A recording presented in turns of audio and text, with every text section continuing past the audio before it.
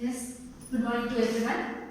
In last class we have discussed about the macroeconomics introduction and difference between micro and macroeconomics, isn't it? So you know that macroeconomics between it's a study of large parts of the economy or economic activities as a whole. Okay. So then who was developed the macroeconomics? We have discussed J.M. Keynes, John Maynard Keynes, isn't it? And microeconomics was developed by Alfred Marshall, A. Marshall, and also we have discussed. And later why the macroeconomics we have discussed, and later now we are going to discuss emergence of macroeconomics. Emergence, which means how the macroeconomics came into existence. I told you these two terms were used by Professor Ragnar Fritz, isn't it? Micro, which means small, and macro, which means large. Okay, that and over.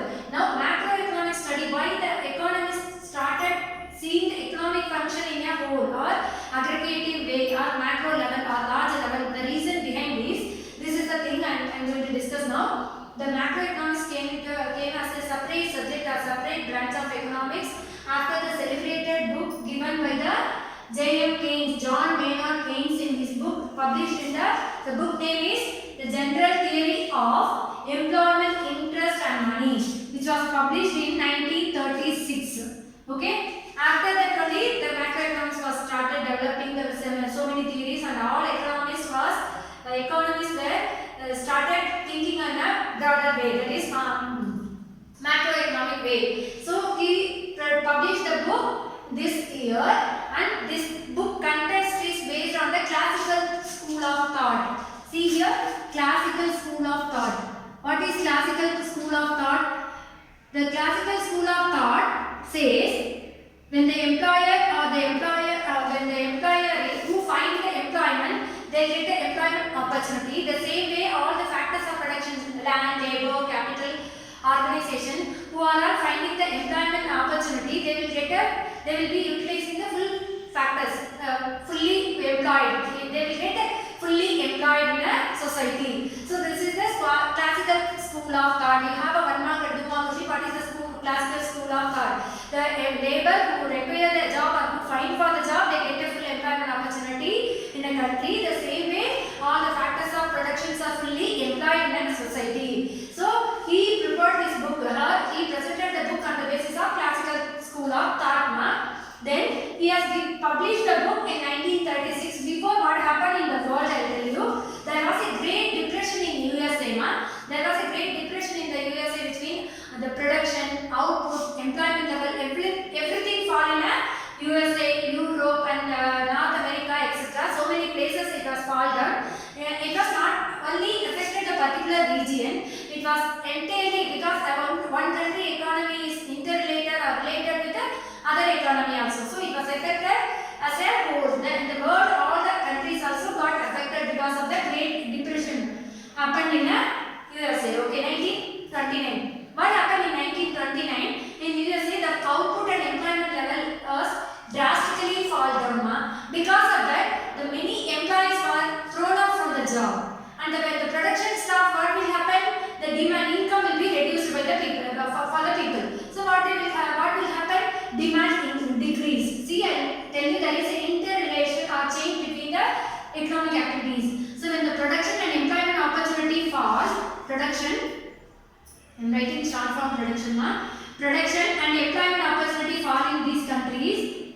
Employment fallen. So drastical down. Okay. Due to that, see here. Next, what happened? Many employees, when the production is stopped by the producer, what will happen? Many employers were thrown out of the job. So jobless fellows were increased in the country. Jobless people. So due to this, when you don't have a job, what will happen? Your income automatically will be reduced, decreased. Okay. So because of this, what happened? The demand for the products, they reduced. The demand for the commodities. Why the demand for the commodities also falling? Because when you don't have an income right now, you can see so many news and channels and media are saying due to lockdown, many people have lost their job due to the income struggling. They are unable to consume the essential. That was happened in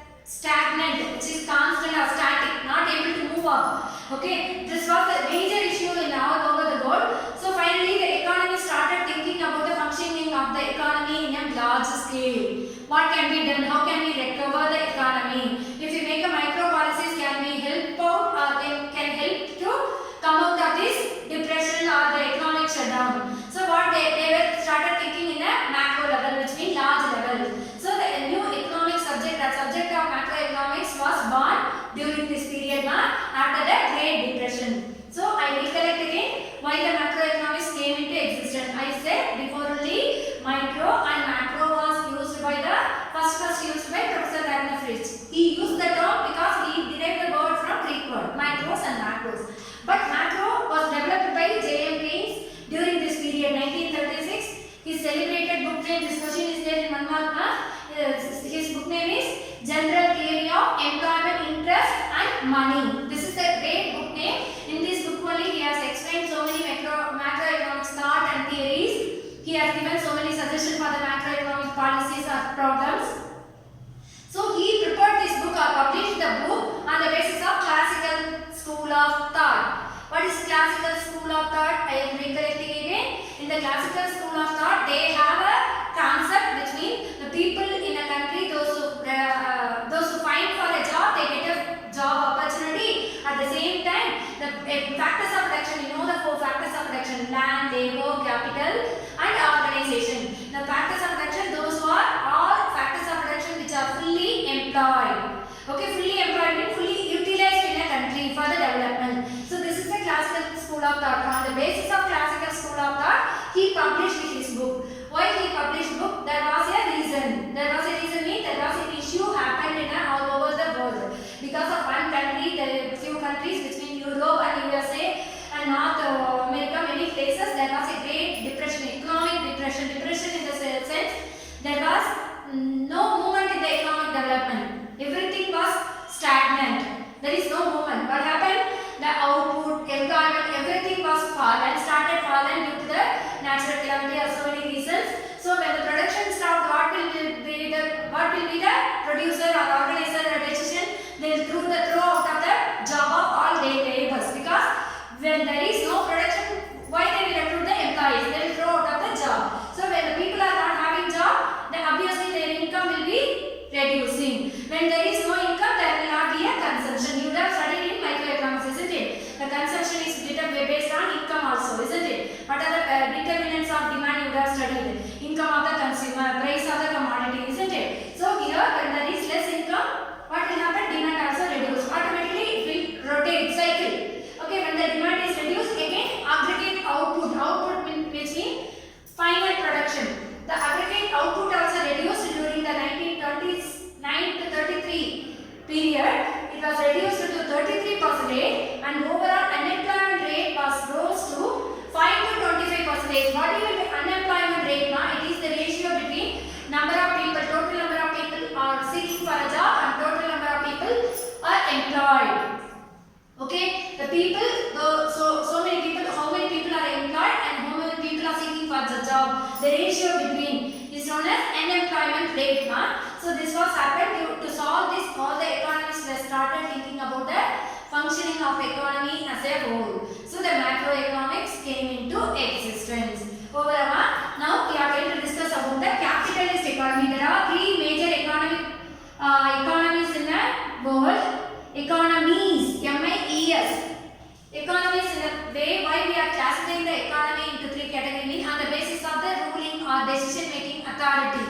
Okay, capitalist economy. You know that there are three kinds of economies. One is capitalist or market economy. Number two, socialist or centrally planned economy, which is also known as command economy. And third one is mixed economy, which is coexistence of both public sector and private sector, or else you can say it is a combination of both market economy and centrally planned economy. Now we are going to discuss about the market economy. Already we have studied in a microeconomics, we have explained for you. Again I am going to revise the same concept for you. Capitalist economy. What will happen in the capitalist economy? You know that there will be a less government intervention. Okay, all the economic decisions are taken by private enterprises. So private enterprises will have a full freedom in the Okay, ma. Private enterprises will take all decisions related to production, consumption, distribution, etc. Even the basic problems of an economy, what to produce, how to produce, and for whom to produce, everything will be decided by private enterprises. Okay, ma. And there will be less government intervention. We use the term laissez-faire policy, LAISSEZ, laissez-faire policy adopted in the capitalist economy. Laissez-faire policy, which means there will be a low or no government intervention. Government intervention, which means the government will give full freedom for the private enterprises. If you are eligible or quality of people, yes, you produce more, you fix your price in your own, you trade it within the country or between the country. They will interfere in a certain level because for the tax collection. Okay, when you are earning more supernormal profit, you have to pay certain tax level for the government. Okay, so the less government intervention. This is the main feature in capital economy. And second feature is, you know that in micro also you have studied price mechanism is the major character of capitalist economy or market economy. Price mechanism. What do you mean by price mechanism? Which means the demand supply will act as a force to determine the price. Price mechanism. Demand and supply will decide the price of the commodity. You know that so many products you are seeing in the society, in the market. A costly product, iPhone, Apple iPhone, and so many advanced version in the Android phone, and bike, Royal Enfield, Java, which are the imported product. The price is more. Why? Because the demand is more for the particular commodity. The rich people, those who are affordable, they are ready to pay more for the quality, isn't it? That is not meant for the poor people. That's what in a capitalist country we used to say one quote: the rich become richer, poor become poorer, because they ignore about the poor people. Okay, Nama. In private economy, what will happen? The private enterprises, the private organizers, they may work in themselves as a labor, and they may use the fund, capital. What are the four factors of production? You know very well: land, labor, capital, and organization. Isn't it, ma?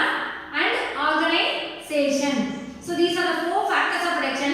In the capitalist economy, these factors can be owned by the private enterprises itself, or they may recruit from outside. Okay, the land can be owned themselves, the enterprises or organizer, and labor they may recruit from outside or they may work themselves, and capital can be owned by the own person or borrowed from the bank or external sources, and organization, the person is considered organizer. So these and all will be used by the private enterprises only. And the land, after getting they will produce with the help of the raw materials and resources, which is known as input. After producing the input, and they will sell in the market. Through sales, what they will get? They get the income. That income is known as revenue. By selling the goods and services in a market, the producer will get the income. That income is called as revenue. After getting the revenue, the producer, what they will do? They will pay some part of the revenue for the land use. Suppose if they acquire the land for rent. Suppose if the land is owned by the owner, no need of paying rent. Okay, some part they will pay as a rent. So rent is the reward for land. Reward or remuneration of land. Okay, Nama. So if they acquire for rent, they have to pay for land, and some portion they have to pay for the labor, which is known as wage or wage rate. Sale and purchase of labor service is known as wage rate or wage. I'll repeat again.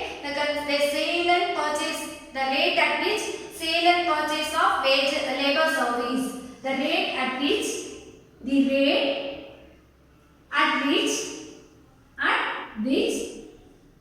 sale and purchase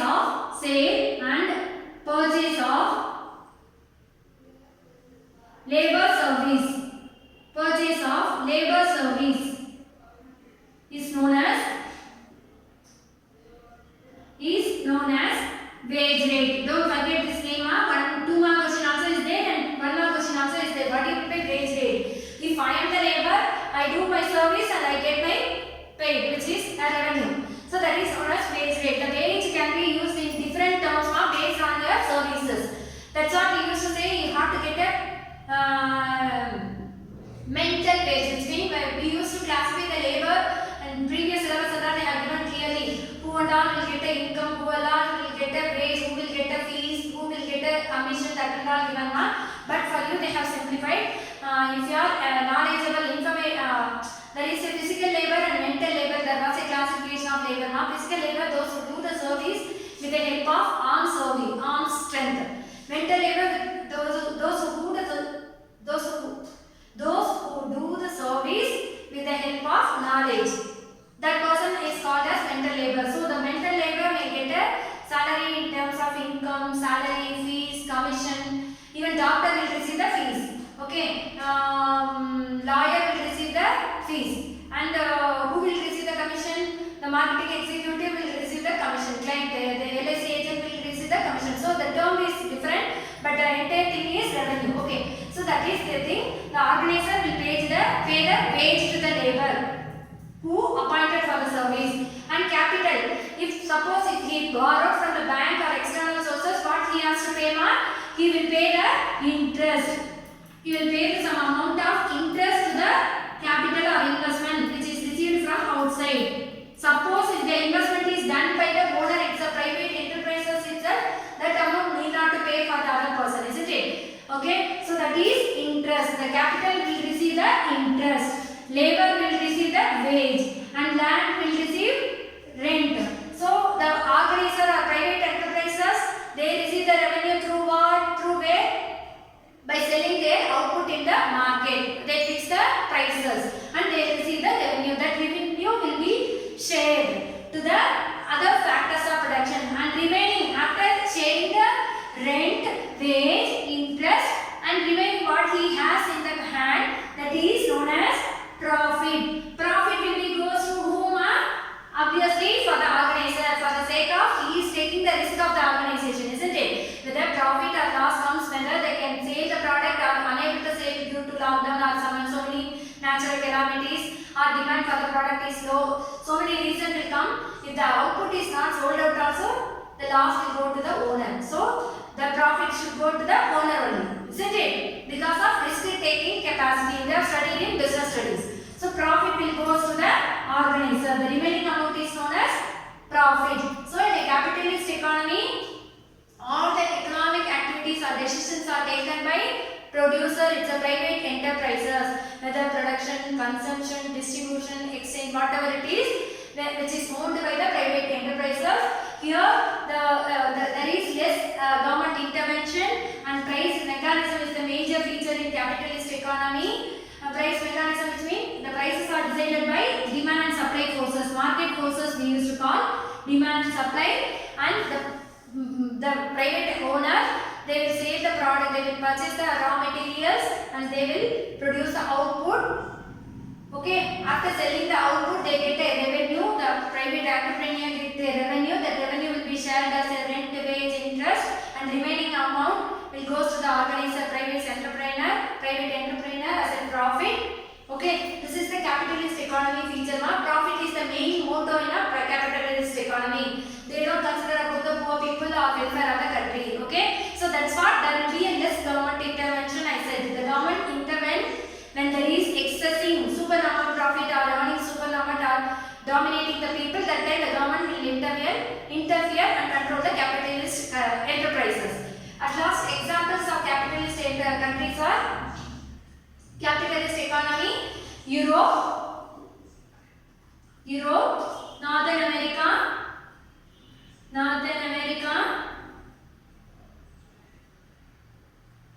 Japan, etc. These are the examples of capitalist economy.